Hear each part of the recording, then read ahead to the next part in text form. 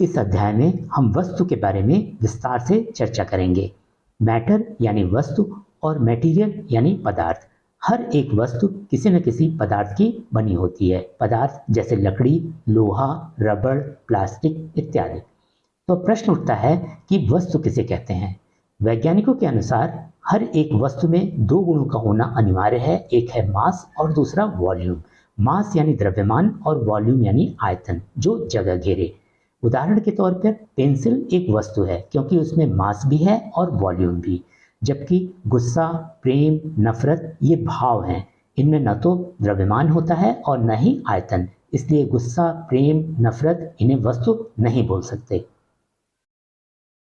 वस्तुओं को उनके भौतिक और रासायनिक गुणों के आधार पर दो वर्गों में बांटा गया है, लेकिन हम इस अध्याय में सिर्फ उनके भौतिक गुणों की ही चर्चा करेंगे। पूर्व में किसी वस्तु के भौतिक गुणों के बारे में दो विश्वास प्रचलित थे। पहला, वस्तु किसी लकड़ी के टुकड़े जैसी ठोस होती है और दूसरा, वस्तु रेत जैसे कणों से मिलकर बनी होती है। दोनों में से कौन सा मत सही है, यह सुनिश्चित करने के लिए हम एक प्रयोग करेंगे। एक बीकर लेते हैं और उसमें थोड़ा सा पानी भर लेते हैं, फिर वाटर लेवल को नोट कर लेंगे। अब इसमें 2 चम्मच चीनी डालते हैं और विडोलक से अच्छी तरह से हिलाते हैं ताकि पूरी चीनी पानी में घुल जाए। अब पानी के स्थिर होने के बाद एक बार फिर से वाटर लेवल को नोट कर लेते हैं। क्या दोनों रीडिंग सेम है? उत्तर मिलता है हाँ, पानी के लेवल में कोई बढ़ोतरी नहीं हुई। ऐसा इसलिए क्योंकि चीनी के कणों ने पानी के कणों के बीच के खाली स्थान को ले लिया, जिससे कि पानी का लेवल नहीं बढ़ा। इससे यह सुनिश्चित होता है कि कोई भी वस्तु कणों से मिलकर बनी होती है। किसी वस्तु के कणों के 3 मूलभूत गुण होते हैं। पहला, कणों के बीच खाली स्थान होता है। आप इस खाली स्थान को माइक्रोस्कोप से देख सकते हैं। दूसरा, कणों के बीच आकर्षण बल लगता है। जैसे मान लीजिए ये एक कण है, उसका आसपास के कणों से आकर्षण बल दूर के कणों के अपेक्षाकृत ज़्यादा होगा। यह आकर्षण बल उन्हें आपस में बांधे रखता है। और तीसरा गुण है कि प्रत्येक कण लगातार गतिमान रहता है क्योंकि इनमें काइनेटिक एनर्जी यानी गतिज ऊर्जा होती है। तापमान बढ़ाने से गतिज ऊर्जा और बढ़ जाती है, जिसके परिणाम स्वरूप कण तेजी से इधर उधर भागने लगते हैं। डिफ्यूजन यानी विसरण। आइए समझते हैं कि विसरण किसे कहते हैं। मान लीजिए ये 2 अलग अलग तरीके के कण हैं। अगर इन्हें मिला करके आपस में छोड़ दिया जाए और ये आपस में अच्छी तरह से घुल मिल जाएं, तो हम इसे विसरण कहेंगे। उदाहरण के तौर पे मान लीजिए हम एक बीकर में पानी लेते हैं और इसमें 2 चम्मच चीनी डाल करके बिना हिलाए हुए इसे छोड़ देते हैं। कुछ घंटे इंतजार करने के बाद हम देखेंगे कि चीनी के कण पानी में पूरी तरह से घुल मिल गए हैं। तो हम कह सकते हैं कि चीनी पानी में विसरित हो गई है। अगर हम इस पानी को गर्म कर दें तो चीनी के कण पानी में तेजी से घुल मिल जाते हैं और जल्दी ही गायब हो जाते हैं। इसका मतलब ये हुआ कि तापमान बढ़ाने पर विसरण की प्रक्रिया तेज हो जाती है। अब हम विसरण के कुछ उदाहरण देखेंगे। आपने देखा होगा गर्म खाने की खुशबू, इत्र, जलती हुई अगरबत्ती या कपूर की खुशबू आप बहुत दूर से ही पता कर सकते हैं। ऐसा इसलिए होता है क्योंकि इनके गैस पार्टिकल्स हवा में बहुत तेजी के साथ ट्रेवल करते हैं और आप तक पहुंच जाते हैं। पानी को हम मीठा कर सकते हैं अगर उसमें चीनी डाल के छोड़ दिया जाए, या फिर नमकीन कर सकते हैं अगर उसमें नमक डाल के छोड़ दिया जाए। ये भी विसरण की ही प्रक्रिया का एक उदाहरण है। पानी में रहने वाले जीव पानी में घुली हुई ऑक्सीजन को ग्रहण करते हैं। ये भी विसरण का ही एक उदाहरण है। पिछले एपिसोड में हमने देखा कि वस्तु किसे कहते हैं। प्रत्येक वस्तु किसी न किसी पदार्थ की बनी होती है और प्रत्येक पदार्थ कणों से मिलकर के बना होता है। किसी एक पदार्थ के सारे कणों के गुण एक जैसे होते हैं। अब हम वस्तु की अवस्थाओं के बारे में पढ़ेंगे। किसी वस्तु की 3 अवस्थाएं हो सकती हैं। इन्हें ठोस, द्रव और गैस कहते हैं। ये अलग अलग अवस्थाएं कणों के मूलभूत गुणों में परिवर्तन के कारण होती हैं।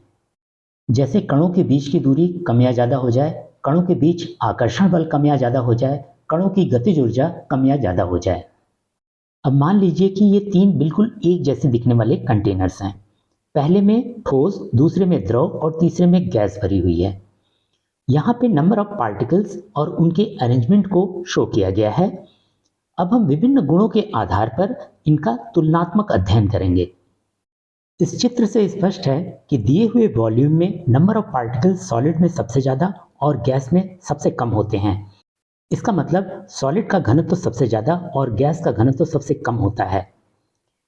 पहली प्रॉपर्टी है अरेंजमेंट ऑफ पार्टिकल्स। आप देख सकते हैं कि इसमें पार्टिकल्स बहुत करीब करीब हैं, जबकि गैस में सबसे ज़्यादा दूर दूर हैं। दूसरी प्रॉपर्टी है स्पेस बिटवीन पार्टिकल्स। आप देख सकते हैं कि सॉलिड के पार्टिकल्स बहुत करीब करीब हैं और इनके बीच का स्पेस बहुत कम है, जबकि गैस के पार्टिकल्स बहुत दूर दूर हैं और इनके बीच का स्पेस बहुत ज़्यादा है। तीसरी प्रॉपर्टी है force of attraction between particles. Solid के पार्टिकल्स बहुत करीब करीब होते हैं, इसलिए इनमें आकर्षण बल सबसे ज़्यादा होता है, जबकि गैस के पार्टिकल्स बहुत दूर दूर होते हैं, इसलिए इनमें आकर्षण बल सबसे कम होता है। चौथी प्रॉपर्टी है मूवमेंट ऑफ पार्टिकल्स। आप देख सकते हैं कि ठोस के कण जो बहुत करीब करीब होते हैं और उनमें आकर्षण बल सबसे ज़्यादा होता है, वो अपनी जगह छोड़ नहीं पाते, सिर्फ अपनी जगह पे कंपन कर पाते हैं, यानी इनमें सिर्फ वाइब्रेशन होता है। जबकि गैस के पार्टिकल्स बहुत दूर दूर होते हैं, इनमें आकर्षण बल सबसे कम होता है और ये सबसे ज़्यादा गतिमान होते हैं। पांचवी प्रॉपर्टी है काइनेटिक एनर्जी ऑफ पार्टिकल्स।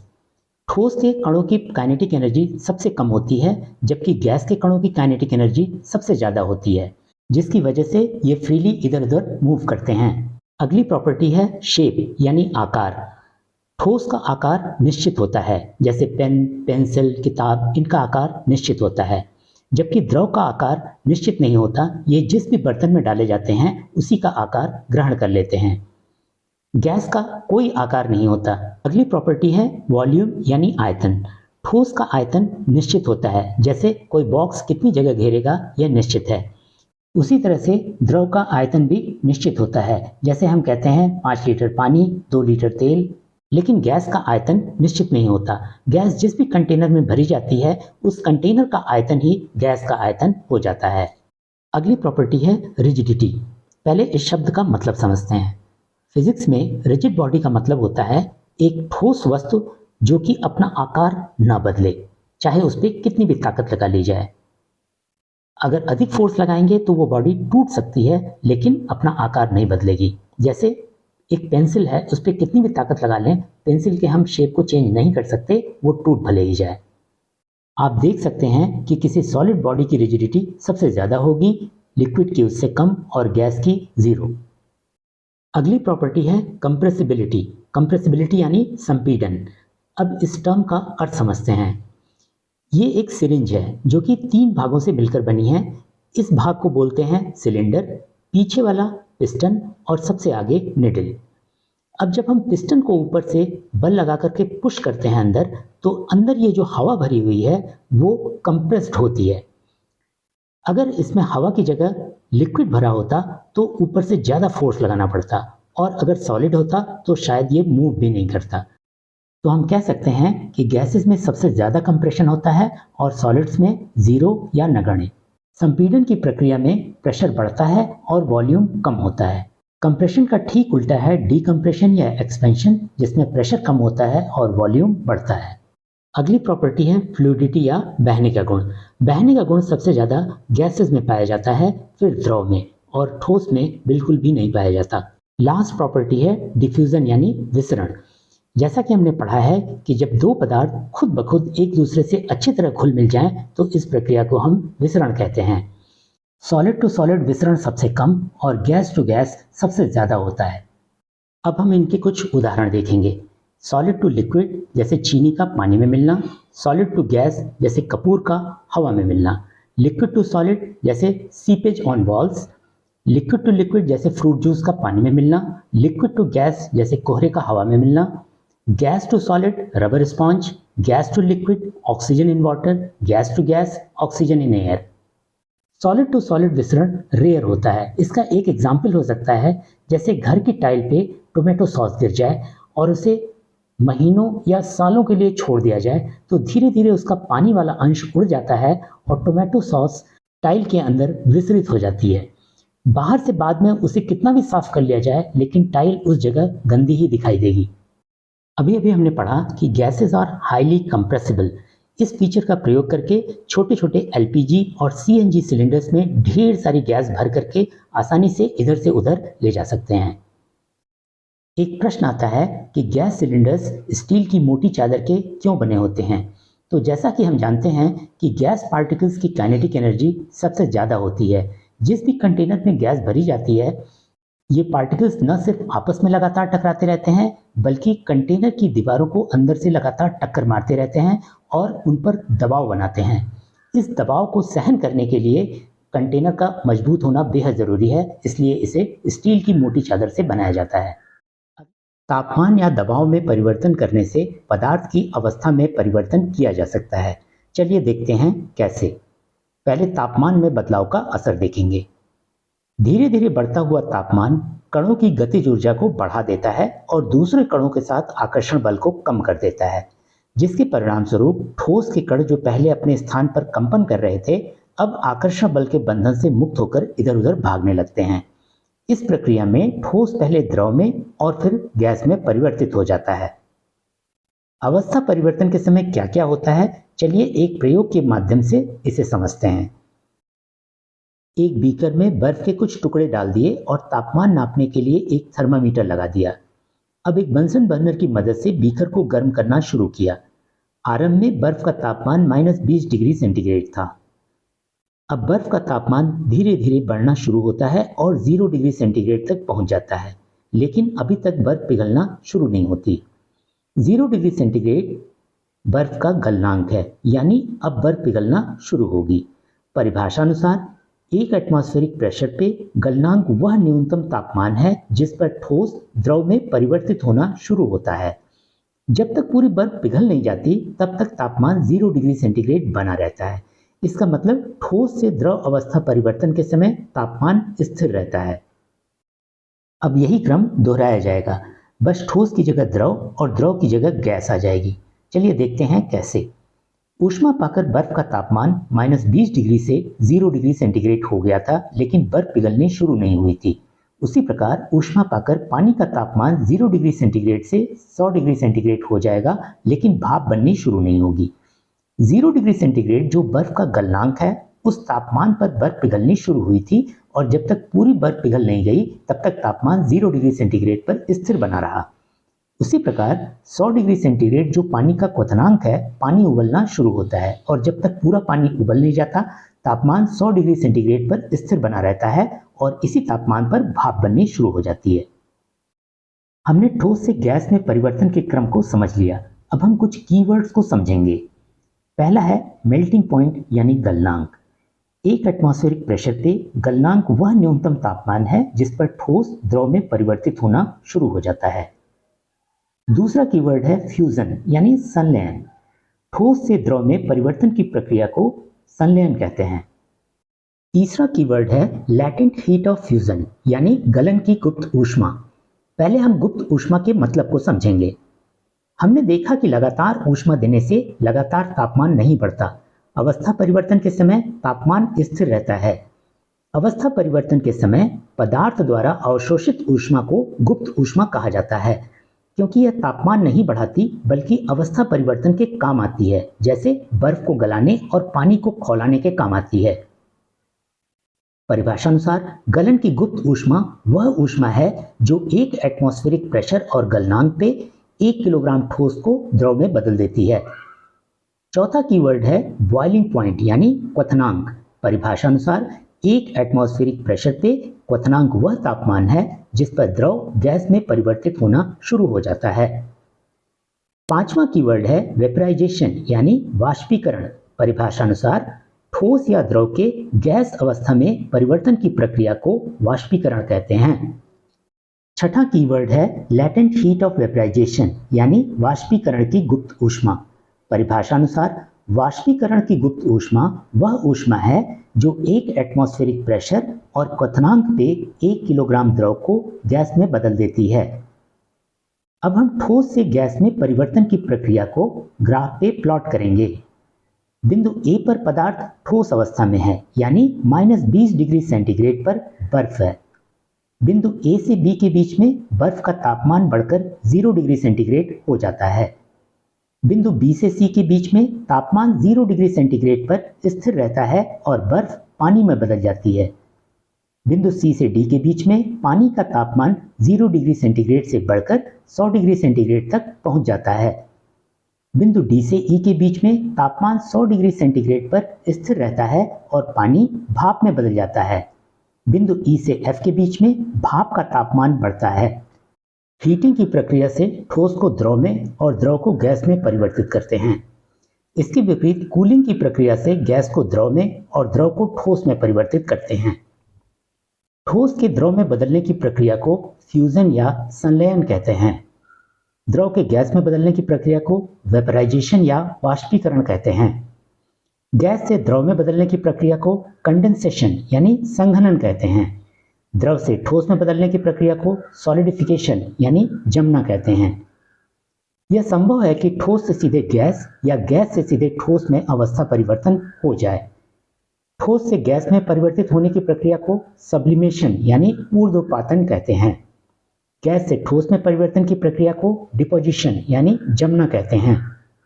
तापमान नापने की SI यूनिट केल्विन है, जिसे कैपिटल T से डिनोट करते हैं। तापमान नापने की दो और इकाइयां हैं, सेल्सियस और फ़ारेनहाइट। इनके इंटरकन्वर्जन बेस्ड न्यूमेरिकल्स पूछे जाते हैं, जो इन दो फॉर्मूला से आसानी से कैलकुलेट किए जा सकते हैं। अगले एपिसोड में हम क्वेश्चन आंसर्स में इन पर आधारित कुछ सवाल हल करेंगे। हमने तापमान में परिवर्तन से पदार्थ की अवस्था परिवर्तन का विस्तृत अध्ययन किया। अब दबाव में परिवर्तन से पदार्थ की अवस्था परिवर्तन कैसे करते हैं, इसे जानेंगे। हम दो केसेस लेंगे, पहला दबाव को बढ़ाने से क्या होता है और दूसरा दबाव को कम करने से क्या होता है। पहले केस में ये एक सिलेंडर है, ये एक पिस्टन और बीच में गैस भरी है। अब अगर पिस्टन को सिलेंडर के अंदर पुश करें तो गैस पर दबाव बढ़ता जाता है। गैस के कणों के बीच की दूरी कम होती जाती है, इससे गैस द्रव में बदल जाती है, जैसे LPG। और अधिक दबाव बढ़ाने से गैस ठोस में भी परिवर्तित हो सकती है, जैसे कार्बन डाइऑक्साइड गैस से सॉलिड कार्बन डाइऑक्साइड बनाना। सॉलिड कार्बन डाइऑक्साइड को ड्राई आइस भी कहते हैं। इसके विपरीत दूसरे केस में, जिसमें दबाव को कम करते हैं, पिस्टन को अगर ऊपर खींचा जाए तो दबाव कम हो जाता है। इससे ड्राई आइस से वापस कार्बन डाइऑक्साइड गैस बना सकते हैं। अब इवापोरेशन यानी वाष्पीकरण को समझेंगे। किसी पदार्थ के कण गतिज ऊर्जा के कारण हमेशा गतिमान रहते हैं। ठोस में ये कंपन करते हैं, जबकि द्रव और गैस में आसानी से इधर उधर घूमते रहते हैं। द्रव के केस में कुछ कण जिनकी गतिज ऊर्जा अपने आसपास के कणों की तुलना में ज्यादा हो जाती है, वो आकर्षण बल से मुक्त होकर वाष्प में बदल जाते हैं। इस प्रक्रिया को इवापोरेशन यानी वाष्पीकरण कहते हैं। परिभाषा अनुसार अपने क्वथनांक से नीचे किसी द्रव का वाष्प में बदल जाने को इवापोरेशन या वाष्पीकरण कहते हैं।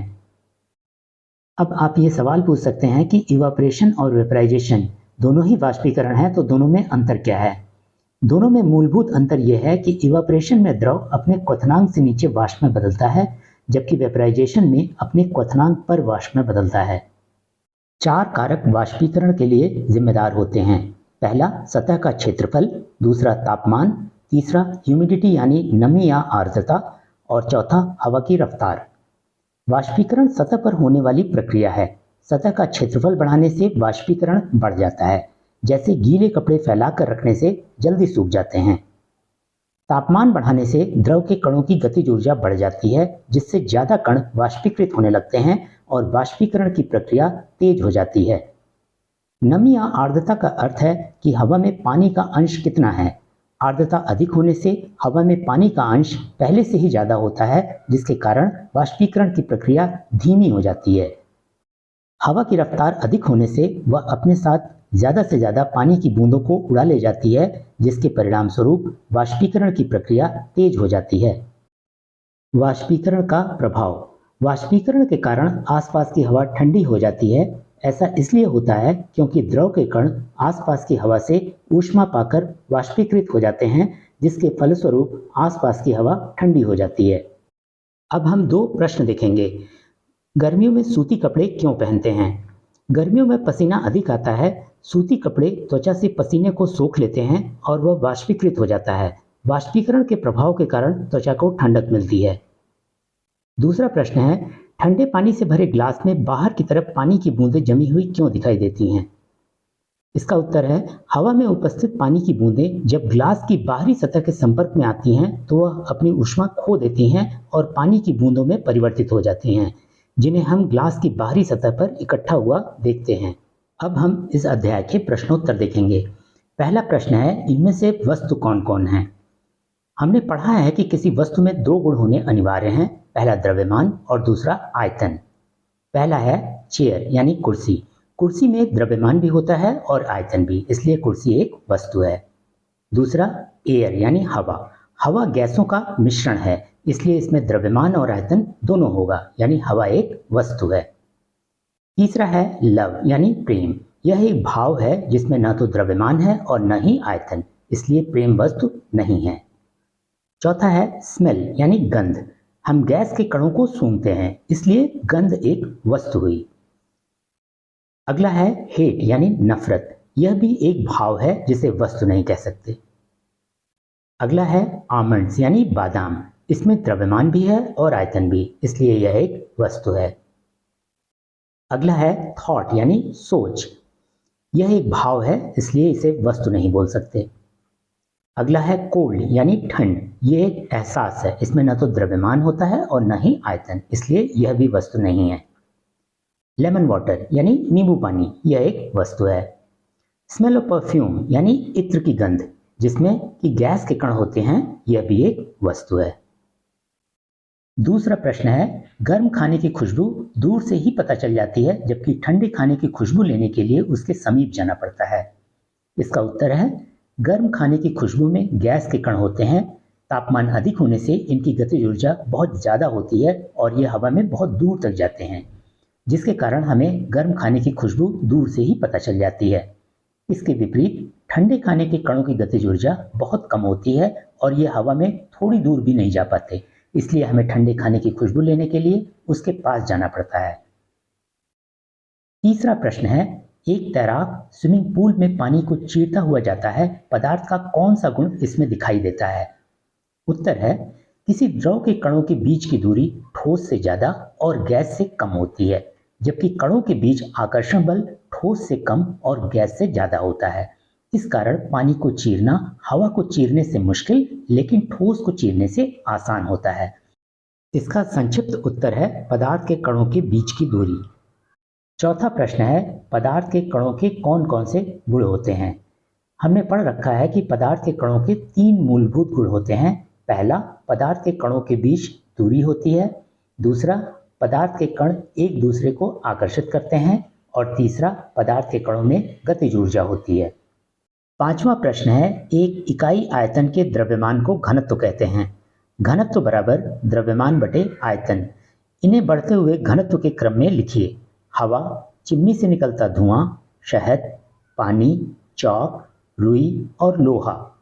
हमें पता है कि पदार्थ की विभिन्न अवस्थाओं के घनत्व का बढ़ता हुआ क्रम है गैस, द्रव और ठोस। गैस का घनत्व सबसे कम और ठोस का सबसे ज्यादा। तो दी गई वस्तुओं में घनत्व का बढ़ता हुआ क्रम हुआ हवा, चिमनी से निकलता धुआं, रुई, पानी, शहद, चॉक और लोहा। छठा प्रश्न, पहला भाग, पदार्थ के विभिन्न गुणों के अंतर को उनकी अवस्थाओं के आधार पर स्पष्ट कीजिए। दूसरा भाग है, पदार्थ के इन गुणों पर टिप्पणी कीजिए। इस प्रश्न का उत्तर देने के लिए आप मेरे matter in our surroundings part 2 video को देखिए, जिसमें मैंने पदार्थ के विभिन्न गुणों के अंतर को उनकी अवस्थाओं के आधार पर विस्तार से समझाया है। सातवां प्रश्न, कारण बताइए। पहला भाग, गैस जिस पात्र में भरी जाती है उसका पूरा स्थान घेर लेती है। इसका उत्तर है गैस के कणों की गतिज ऊर्जा अधिक होती है, वे मुक्त रूप से इधर उधर भागते हैं। जिस पात्र में गैस भरी जाती है उस पूरे पात्र में गैस के कण इधर उधर भागने के लिए स्वतंत्र होते हैं, यानी पात्र के अंदर का पूरा स्थान घेर लेते हैं। दूसरा भाग, गैस पात्र की दीवारों पर दबाव डालती है।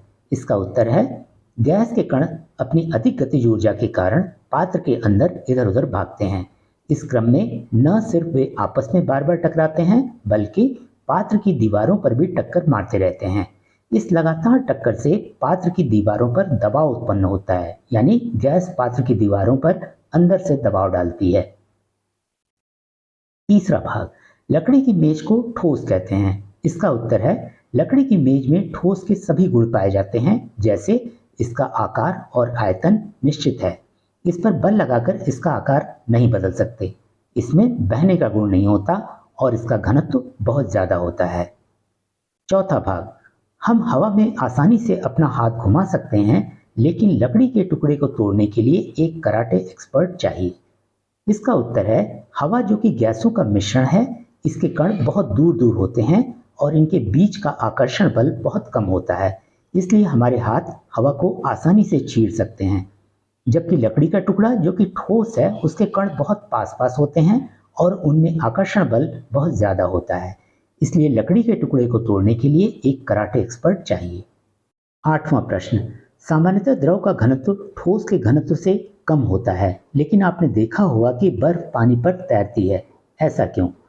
इसका उत्तर है बर्फ के कणों के बीच की दूरी पानी के कणों के बीच की दूरी से ज्यादा होती है। इस कारण बर्फ का आयतन पानी के आयतन से ज्यादा और घनत्व पानी से कम होता है। और हम जानते हैं कि कोई भी वस्तु जिसका घनत्व पानी से कम होता है वह पानी पर तैरती है, इसी कारण बर्फ पानी पर तैरती है। नवां प्रश्न, दिए गए तापमान को डिग्री सेंटीग्रेड में परिवर्तित कीजिए। पहला भाग 300 केल्विन, दूसरा भाग 573 केल्विन। हम इस फॉर्मूला को यूज करेंगे, capital T equal to small t plus 273। Capital T की वैल्यू को 300 रख देंगे तो स्मॉल t 27 डिग्री सेंटीग्रेड आ जाएगा। इसी प्रकार दूसरे भाग में कैपिटल T की वैल्यू 573 रख देंगे तो स्मॉल t 300 डिग्री सेंटीग्रेड आ जाएगा। 10वां प्रश्न, निम्नलिखित तापमान पर पानी की अवस्था क्या होगी? 250 डिग्री सेंटीग्रेड और 100 डिग्री सेंटीग्रेड। 250 डिग्री सेंटीग्रेड पर पानी गैस अवस्था में होगा। 100 डिग्री सेंटीग्रेड पानी का क्वथनांक है, यानी पानी भाप में बदलना शुरू होगा, इसलिए पानी इस तापमान पर द्रव और गैस के बीच की अवस्था में होगा। 11वां प्रश्न, पदार्थ के अवस्था परिवर्तन के समय तापमान स्थिर क्यों रहता है? इसका उत्तर है पदार्थ के अवस्था परिवर्तन के समय अवशोषित ऊष्मा उसके कणों के बीच के आकर्षण बल को कम करने के काम आती है। जैसे ठोस से द्रव अवस्था परिवर्तन के समय गलन की गुप्त ऊष्मा बर्फ को गलाने के काम आती है, उसी प्रकार द्रव से गैस अवस्था परिवर्तन के समय वाष्पीकरण की गुप्त ऊष्मा पानी को उबालने के काम आती है। 12वां प्रश्न, गैसों के द्रवीकरण का कोई तरीका बताइए। इसका उत्तर है गैसों को द्रव में बदलने के लिए उसके कणों के बीच की दूरी को कम करना होता है। यह दो तरीके से हो सकता है, गैस पर दबाव बढ़ाकर या गैस का तापमान कम करके। गैस पर दबाव बढ़ाने से उसके कण बहुत पास पास आ जाते हैं, जिससे उसकी अवस्था परिवर्तित होकर द्रव में बदल जाती है। गैस का तापमान कम करने से उसके कणों की गतिज ऊर्जा कम हो जाती है और कण मुक्त रूप से इधर उधर भाग नहीं पाते और उनकी अवस्था परिवर्तित हो जाती है। 13वां प्रश्न, एक कूलर गर्म और शुष्क दिन में क्यों ज्यादा ठंडी हवा देता है? इसका उत्तर है गर्म और शुष्क दिन में हवा में नमी की मात्रा बहुत कम होती है, जिससे वाष्पीकरण की प्रक्रिया तेज हो जाती है। कूलर के अंदर का पानी अंदर की गर्मी को अवशोषित करके वाष्पीकृत हो जाता है और वाष्पीकरण के प्रभाव के कारण अंदर की हवा ठंडी हो जाती है, जिसे कूलर पंखे के माध्यम से बाहर फेंकता है। 14वां प्रश्न, गर्मियों में मटके का पानी ठंडा क्यों हो जाता है? मटके में असंख्य नन्हे नन्हे छिद्र होते हैं। पानी के कण हवा से ऊष्मा पाकर इन छिद्रों के रास्ते वाष्पीकृत हो जाते हैं। लगातार चलने वाली इस प्रक्रिया से अंदर की हवा ठंडी हो जाती है, जो कि मटके के पानी को ठंडा कर देती है। 15वां प्रश्न, जब हम अपनी हथेली पर एसीटोन, पेट्रोल या इत्र रखते हैं तो वह ठंडी क्यों हो जाती है? इसका उत्तर है जब हम अपनी हथेली पर एसीटोन, पेट्रोल या इत्र रखते हैं तो वह हथेली से ऊष्मा पाकर वाष्पीकृत हो जाते हैं और वाष्पीकरण के प्रभाव के कारण हमारी हथेली को ठंड का एहसास होता है। 16वां प्रश्न, हम गर्म चाय या दूध को कप की बजाय प्लेट में उड़ेलकर आसानी से कैसे पी लेते हैं? उत्तर है वाष्पीकरण सतह पर होने वाली प्रक्रिया है। सतह का क्षेत्रफल बढ़ा देने से वाष्पीकरण की प्रक्रिया तेज हो जाती है। प्लेट का क्षेत्रफल कप से ज्यादा होता है। गर्म चाय या दूध को प्लेट में उड़ेलने से भाप तेजी से वाष्पीकृत होती है और हम गर्म चाय या दूध को आसानी से पी लेते हैं। 17वां प्रश्न, गर्मियों में हमें किस प्रकार के कपड़े पहनने चाहिए? उत्तर है, गर्मियों में हमें सूती और हल्के रंग के कपड़े पहनने चाहिए। गर्मियों में पसीना अधिक आता है। सूती कपड़े पसीने को आसानी से सोख लेते हैं और वह वाष्पीकृत हो जाता है। वाष्पीकरण के प्रभाव से त्वचा को ठंडक महसूस होती है। हल्के रंग के कपड़े ऊष्मा को कम अवशोषित करते हैं, जिससे हमें गर्मी का एहसास कम होता है। अब हम अभ्यास के प्रश्नोत्तर देखेंगे। पहला प्रश्न है, दिए हुए तापमान को डिग्री सेंटीग्रेड में परिवर्तित कीजिए। 293 केल्विन और 470 केल्विन। हम इस फॉर्मूला को यूज करेंगे।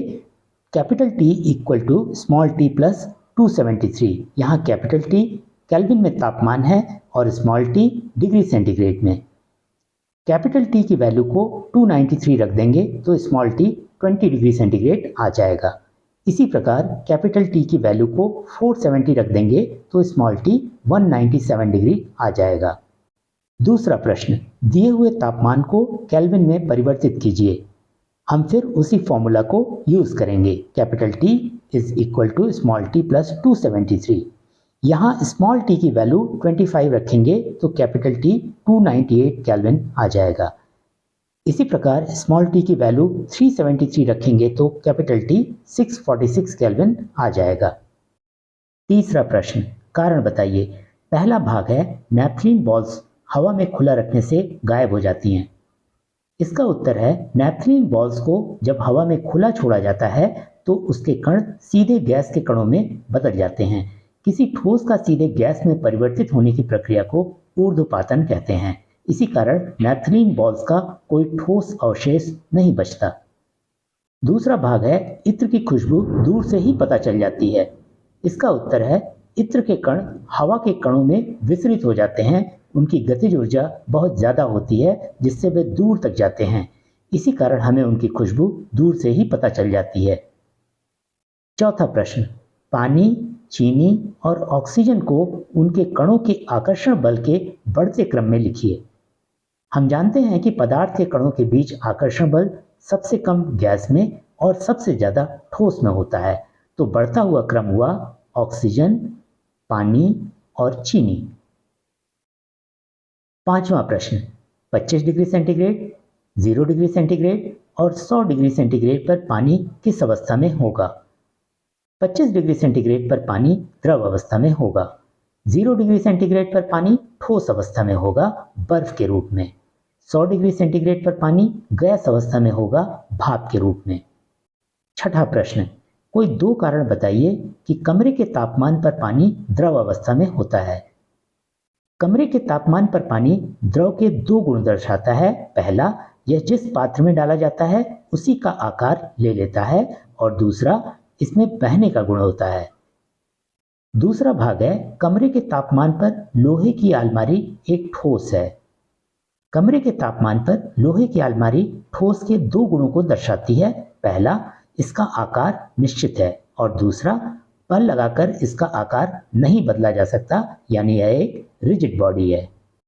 सातवां प्रश्न, 273 केल्विन तापमान पर बर्फ पानी के अपेक्षाकृत क्यों ज्यादा असर करती है?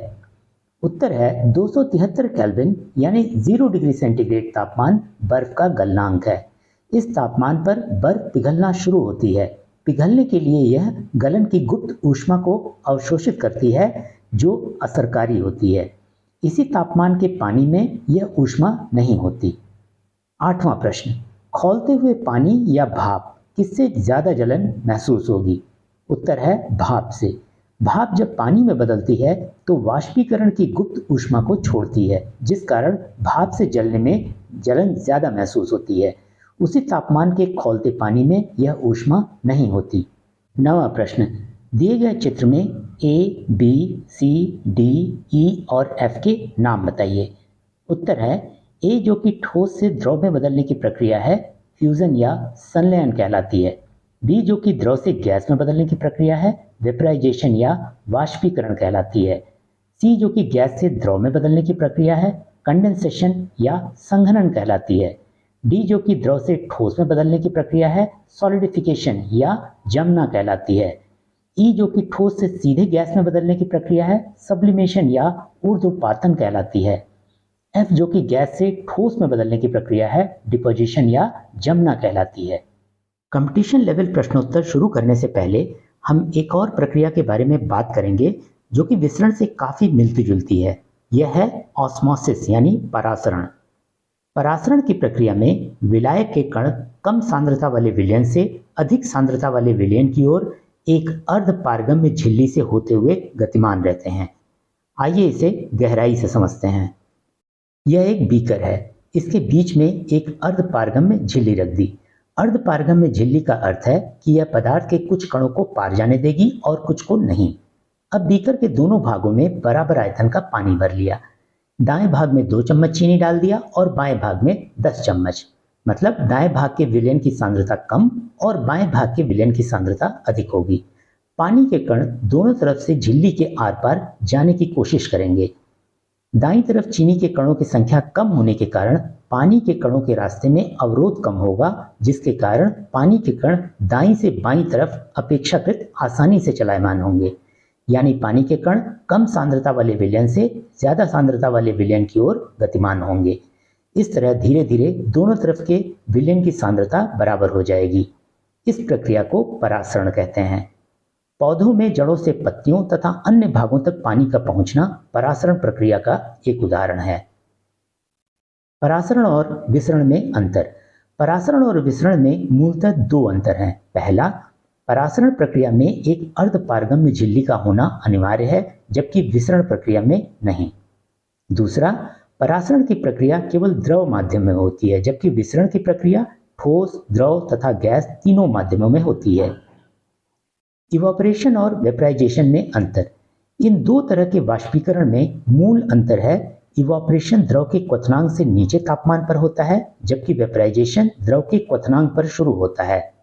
अब हम एनसीईआरटी एग्जाम्पलर के प्रश्नोत्तर देखेंगे। पहला प्रश्न है, इनमें से कौन कौन सी प्रक्रियाएं तापमान बढ़ाने से बढ़ेंगी? पहली है विसरण। हम जानते हैं कि तापमान बढ़ाने से विसरण की प्रक्रिया तेज हो जाती है, जैसे गर्म खाने की खुशबू दूर से ही पता चल जाती है, तो ये सही है। अगली प्रक्रिया है वाष्पीकरण। हमने पढ़ा है कि अगर तापमान बढ़ा दिया जाए तो वाष्पीकरण की प्रक्रिया तेज हो जाती है, मतलब ये भी सही है। अगली प्रक्रिया है गैसों का संपीडन। इस पिस्टन सिलेंडर उदाहरण में जब पिस्टन को सिलेंडर के अंदर धकेलते हैं तो गैस पर दबाव बढ़ जाता है और गैस के कणों के बीच की दूरी कम हो जाती है। इससे गैस द्रव या ठोस में परिवर्तित हो जाती है। हम जानते हैं कि कूलिंग प्रक्रिया से गैस द्रव या ठोस में परिवर्तित होती है, मतलब तापमान कम हो जाता है, न कि बढ़ जाता है, तो ये गलत है। कंप्रेशन की बजाय डीकंप्रेशन या एक्सपेंशन ऑफ गैसेस होना चाहिए, यानी सही विकल्प है सी। दूसरा प्रश्न, सीमा एक प्राकृतिक गैसों के संपीड़न का कार्य करने वाली फैक्ट्री में गई। वहां उसने देखा कि तापमान और दबाव की एक विशेष अवस्था में गैसों का द्रवीकरण किया जा सकता है। अपने दोस्तों को यह जानकारी देते समय वह इस अवस्था को भूल गई। आपके अनुसार तापमान और दबाव की कौन कौन सी अवस्था होनी चाहिए? पहले हम तापमान की अवस्था देखेंगे। इस चित्र से स्पष्ट है कि तापमान कम करने से गैस द्रव में बदल जाती है, तो विकल्प ए या सी में से कोई एक सही है। अब दबाव की अवस्था देखेंगे। इस चित्र से स्पष्ट है कि दबाव बढ़ाने से कणों के बीच की दूरी कम होती है और हम जानते हैं कि गैस से द्रव या द्रव से ठोस में परिवर्तन के समय कणों के बीच की दूरी कम होती है, यानी गैस के द्रवीकरण के समय कणों के बीच की दूरी कम हो जाएगी।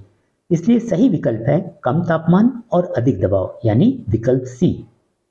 तीसरा प्रश्न, बहने का गुण किन में होता है? विकल्प हैं, पहला केवल गैसों में, दूसरा गैस एवं ठोस में, तीसरा गैस और द्रव में और चौथा केवल द्रव में। हमें पता है कि बहने का गुण केवल द्रव और गैस में होता है, गैस में द्रव से ज्यादा, इसलिए तीसरा विकल्प सही है। चौथा प्रश्न, इनमें से कौन सा विकल्प वाष्पीकरण की प्रक्रिया को बढ़ा देगा? पहला, पानी का तापमान बढ़ा देने पर। तापमान बढ़ाने पर पानी के बहुत सारे कणों की गतिज ऊर्जा बढ़ जाएगी, जिसके कारण और अधिक कण वाष्पीकृत होंगे, इसलिए यह विकल्प सही है।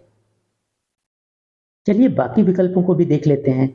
दूसरा विकल्प है पानी का तापमान कम कर देने पर। क्योंकि पहला विकल्प सही है इसलिए उसके विपरीत यह विकल्प गलत है। तीसरा विकल्प है सतह का क्षेत्रफल कम कर दें। यह भी गलत है क्योंकि सतह का क्षेत्रफल बढ़ाने पर वाष्पीकरण बढ़ता है, न कि कम करने पर। चौथा विकल्प है पानी में नमक डालने पर। हमने पढ़ा है कि वाष्पीकरण की प्रक्रिया 4 तरह से तेज कर सकते हैं। सतह का क्षेत्रफल बढ़ाने से, तापमान बढ़ाने से, हवा में नमी कम होने से या हवा की रफ्तार ज्यादा होने से। इसलिए यह विकल्प भी गलत है। पांचवा प्रश्न, इनमें से किन परिस्थितियों में हाइड्रोजन गैस के कणों के बीच की दूरी बढ़ेगी? पहला कथन है एक बंद पात्र में भरी हुई हाइड्रोजन गैस पर दबाव बढ़ाने से। हमने इस पिस्टन सिलेंडर उदाहरण में देखा कि दबाव बढ़ाने से गैस के कणों के बीच की दूरी कम होती है, न कि ज्यादा, इसलिए यह कथन गलत है। दूसरा कथन है पात्र में छेद होने से हाइड्रोजन गैस के कुछ कण बाहर निकल रहे हैं। अगर कुछ कण बाहर निकल रहे हैं तो बचे हुए कणों के बीच की दूरी बढ़ेगी, यानी यह कथन सही है। तीसरा कथन है पात्र का आयतन बढ़ाने पर। अगर पात्र का आयतन बढ़ जाए तो कणों के बीच की दूरी भी बढ़ेगी, यानी यह कथन भी सही है। चौथा कथन है उसी पात्र में और अधिक हाइड्रोजन गैस भर दी जाए। एक निश्चित आयतन में गैस के कणों की संख्या बढ़ जाएगी, यानी कणों के बीच की दूरी कम हो जाएगी, यानी यह कथन गलत है। तो सही कथन हुआ दूसरा और तीसरा, तो सही विकल्प हुआ विकल्प सी। संक्षिप्त उत्तर वाले प्रश्न। पहला प्रश्न, सामान्य तापमान और दबाव पर पानी के एक नमूने का क्वथनांक 102 डिग्री सेंटीग्रेड है। क्या यह पानी शुद्ध है? क्या यह पानी 0 डिग्री सेंटीग्रेड पर जम जाएगा? उत्तर है हम जानते हैं कि शुद्ध पानी का क्वथनांक 100 डिग्री सेंटीग्रेड होता है। दिए गए नमूने का क्वथनांक 102 डिग्री सेंटीग्रेड है, इसलिए यह पानी शुद्ध नहीं है। हम यह भी जानते हैं कि शुद्ध पानी 0 डिग्री सेंटीग्रेड पर जम जाता है। इसका मतलब यह है कि यह अशुद्ध पानी 0 डिग्री सेंटीग्रेड पर नहीं जमेगा। दूसरा प्रश्न, एक विद्यार्थी बीकर में बर्फ और पानी डालकर उसे गर्म करता है। वह समय समय पर पानी का तापमान लेता है। इनमें से तापमान और समय का कौन सा ग्राफ सही है और क्यों? सही उत्तर है विकल्प डी। शुरू में पूरी बर्फ पिघलने तक तापमान 0 डिग्री सेंटीग्रेड पर स्थिर रहेगा, फिर पानी का तापमान 100 डिग्री सेंटीग्रेड तक बढ़ेगा। तीसरा प्रश्न, निम्नलिखित में से किसमें विसरण और किसमें परासरण होगा? कथन ए, पानी में मुनक्का रखने से वह फूल जाता है। यह परासरण की प्रक्रिया है। मुनक्के से बाहर पानी के कणों की संख्या अधिक है, इसलिए पानी के कण बाहर से मुनक्के के अंदर प्रवेश करेंगे। मुनक्के का छिलका एक अर्धपारगम्य झिल्ली की तरह काम करेगा। कथन बी, छींकने पर विषाणु फैलते हैं। यह विसरण की प्रक्रिया है। छींक के साथ पानी की नन्ही नन्ही बूंदें बाहर निकलती हैं जिनमें विषाणु होते हैं और जो हवा में विसरित हो जाते हैं। कथन सी, नमक के संपर्क में आते ही केंचुए मर जाते हैं। यह परासरण की प्रक्रिया द्वारा होता है। नमक के संपर्क में आते ही केंचुए के शरीर का पानी की अधिक सांद्रता से कम सांद्रता की ओर जाने लगता है, यानी शरीर से बाहर निकलने लगता है। पानी की कमी के कारण केंचुए की त्वचा सूखने लगती है और वह मर जाता है। कथन डी, चीनी के घोल में रखने पर अंगूर पिचक जाता है। यह परासरण की प्रक्रिया द्वारा होता है। अंगूर के अंदर का द्रव की अधिक सांद्रता से कम सांद्रता की तरफ गतिमान होता है, यानी अंगूर के अंदर से बाहर की तरफ, यानी अंगूर पिचक जाता है। कथन ई, अचार को नमक में मिलाकर रखने से वह खराब नहीं होता। यह भी परासरण की प्रक्रिया द्वारा होता है। नमक में लपेटकर रखे हुए अचार का पानी अंदर से बाहर की ओर गतिमान रहता है। अचार के अंदर का पानी कम या समाप्त होने से अचार सड़ता नहीं है। कथन एफ, पकते हुए केक की खुशबू पूरे घर में फैल जाती है। यह विसरण की प्रक्रिया द्वारा होता है। पकते हुए केक के कणों की गतिज ऊर्जा और भी ज्यादा हो जाती है। यह हवा में तेजी के साथ विसरित हो जाते हैं और पूरे घर में फैल जाते हैं।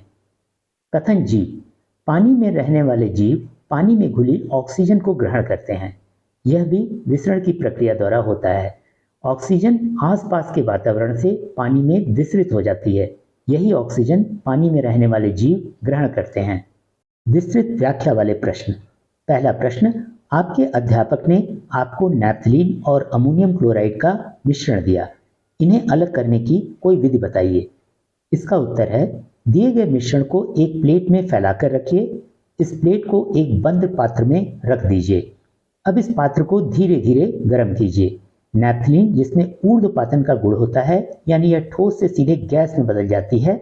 नैप्थलीन के कण पात्र की दीवारों पर अंदर की तरफ चिपक जाएंगे। प्लेट में सिर्फ अमोनियम क्लोराइड बचेगा।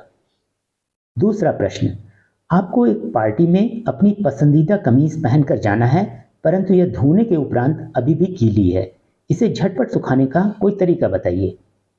हम जानते हैं कि हवा की रफ्तार बढ़ने से वाष्पीकरण की प्रक्रिया तेज हो जाती है, इसलिए गीली कमीज को फुल स्पीड में चलते पंखे के नीचे फैलाकर रख दीजिए।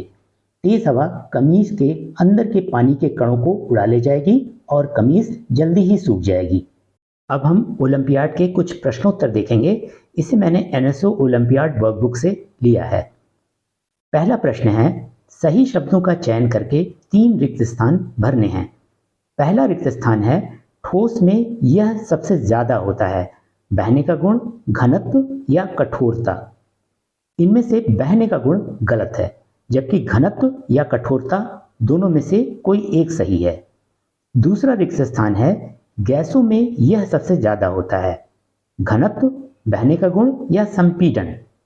इनमें घनत्व गलत है, जबकि बहने का गुण या संपीडन सही है। तीसरा रिक्त स्थान है, गैस और द्रव में यह सबसे ज्यादा होता है। संपीडन, कठोरता, घनत्व या बहने का गुण। इनमें संपीडन, कठोरता और घनत्व गलत हैं, केवल बहने का गुण सही है।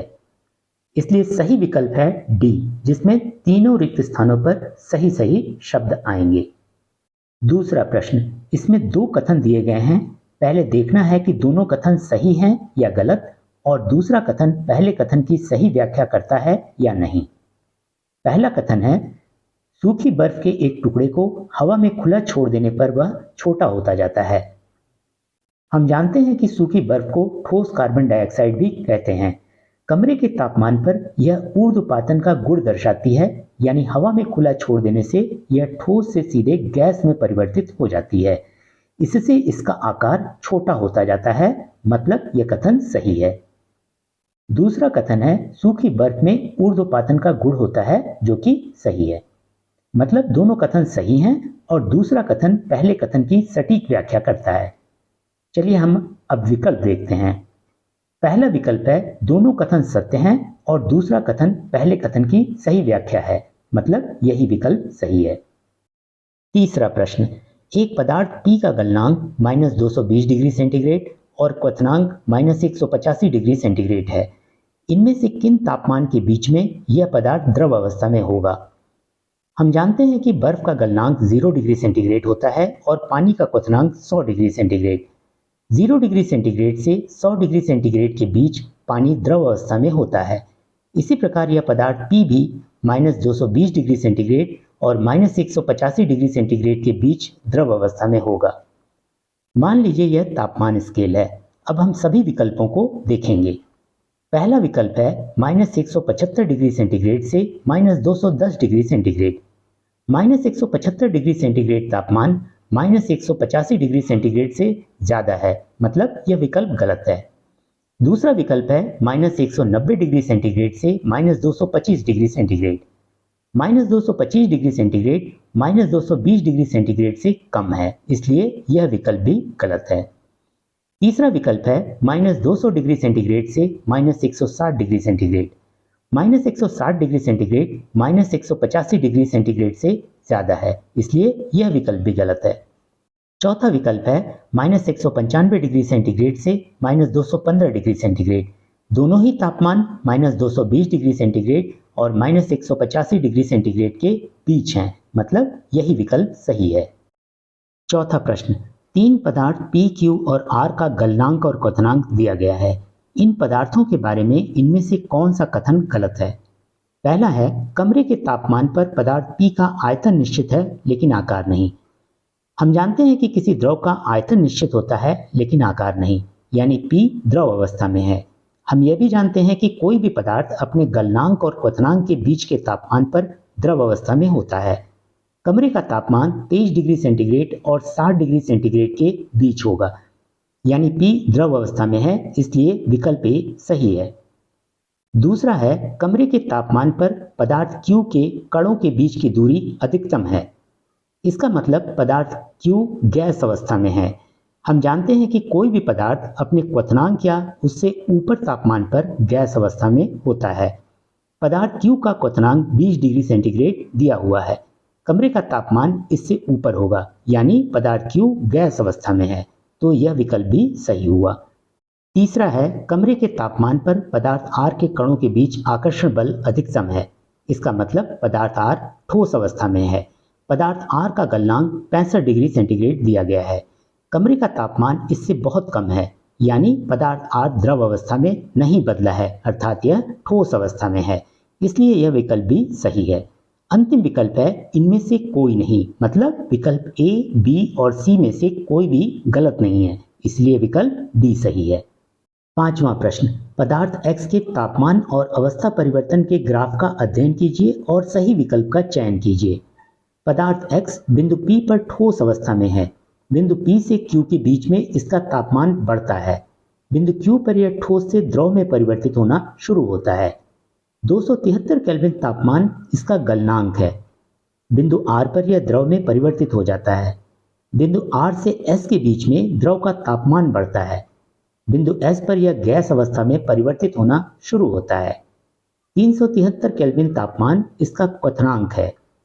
बिंदु T पर यह पूरी तरह गैस अवस्था में बदल जाता है।